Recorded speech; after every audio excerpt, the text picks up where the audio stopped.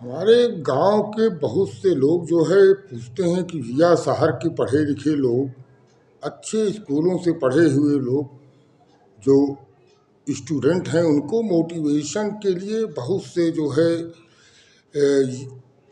लोग तैयार हैं। महानगरों में कोचिंग चल रही हैं। मोटिवेशनल चैनल के माध्यम से ऐसे लोगों को गाइड किया जा रहा है।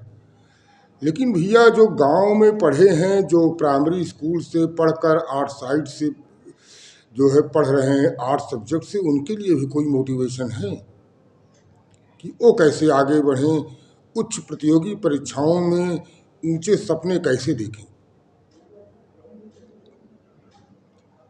हमने कहा कि आपका प्रश्न तो बहुत ही गूढ़ है, लेकिन मेरा ये कहना है कि आप जो आपके निकटतम परिवेश में जो सबसे पढ़े लिखे समझदार हैं उनके दिखाए हुए रास्तों को फॉलो करो। आप अब ठोकर खाकर ज्ञान अर्जन की जो परंपरा चली आ रही है उससे हटो। जो अब तक रास्ते दिखाई गए हैं उसी रास्ते से चलो।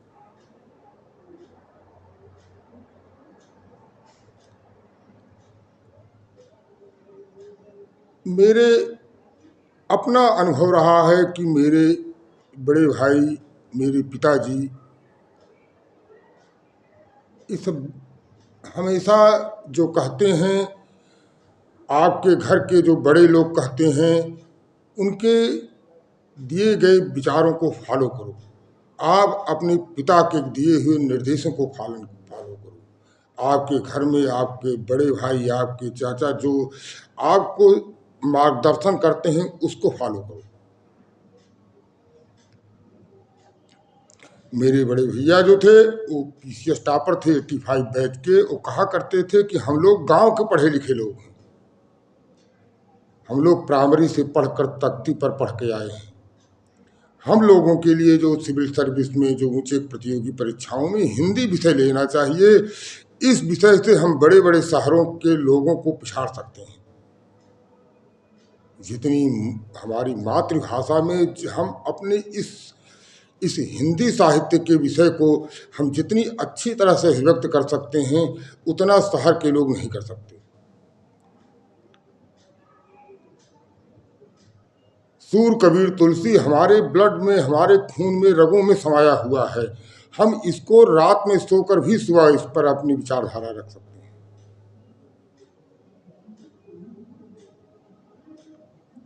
मेरे पिताजी कहा करते थे कि आपकी इंग्लिश बहुत अच्छी होनी चाहिए, आपकी इंग्लिश लैंग्वेज बहुत अच्छी होनी चाहिए, आपकी हैंड राइटिंग बहुत अच्छी होनी चाहिए। हमको लगता है कि ये भी सफलता के लिए बहुत अच्छे सुझाव थे, इसको ही फॉलो करना चाहिए। आपकी हैंड राइटिंग प्रथम दृष्टया आपके लिखे हुए कंटेंट्स को पढ़ने के लिए प्रेरित करती है। और इंग्लिश भाषा हमेशा से नहीं, पिछले 100 साल, 150 सालों से इस भाषा की अपनी एक अभिव्यक्ति की क्षमता विशिष्ट रही है।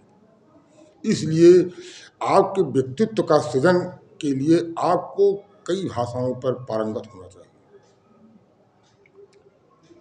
निश्चित रूप से गांव के गली के कूचे के लोग भी उस टॉप के लेवल पर आ सकते हैं जहां पर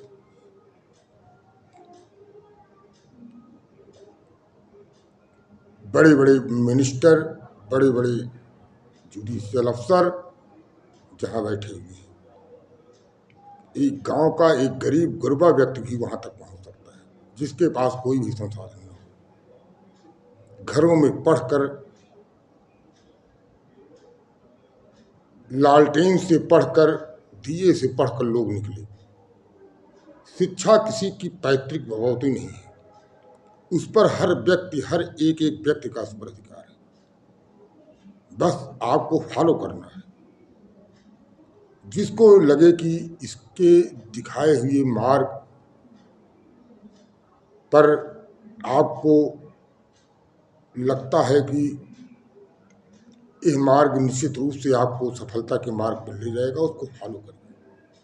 पिता के दिखाए हुए रास्ते पर, गुरु के दिखाए हुए रास्ते पर अपने से बड़ों के दिखाए हुए रास्तों पर आप समय से चलना शुरू कर दीजिए। जब आप अनुभव से ज्ञान प्राप्त करेंगे तब तक समय निकल जाएगा। लोगों ने जो अनुभव प्राप्त किया है उसको तत्काल आपको फायदा मिलेगा, इसलिए लोगों के अनुभव का फायदा लेना चाहिए, लोगों को दिखाए हुए रास्ते पर चलना चाहिए। आपको सिविल सर्विसेज में अगर कोई सब्जेक्ट नहीं मिल रहा है, किसी सब्जेक्ट पर आप स्पेशली पारंगत नहीं है, तो आपके लिए हिंदी साहित्य ऐसा विषय है जो आपको अपर लेवल पर ले जाकर आपको स्टैब्लिश कर सकता है मेरिट लिस्ट में।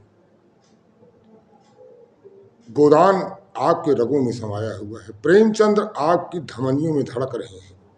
हिंदी साहित्य विषय ऐसा है कि इस विषय को लेकर आप बड़े बड़े फिजिक्स, केमिस्ट्री, मैथमेटिक्स के लोगों को भी आप जो है पीछे कर सकते हैं। इसलिए अगर कभी आसन पेपर की जरूरत पड़े तो आप हिंदी साहित्य जैसा विषय कोई नहीं,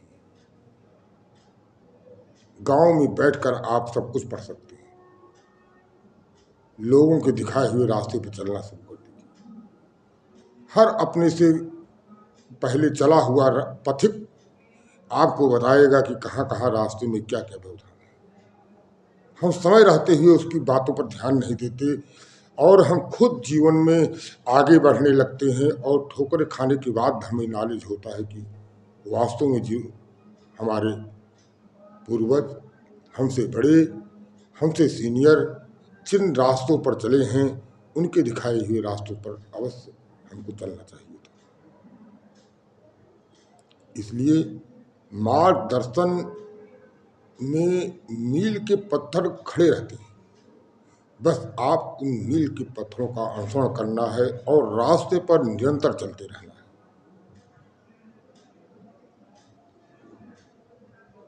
कोई भी व्यक्ति आगे जा सकता है, प्रतिस्पर्धा सबके लिए खुली है।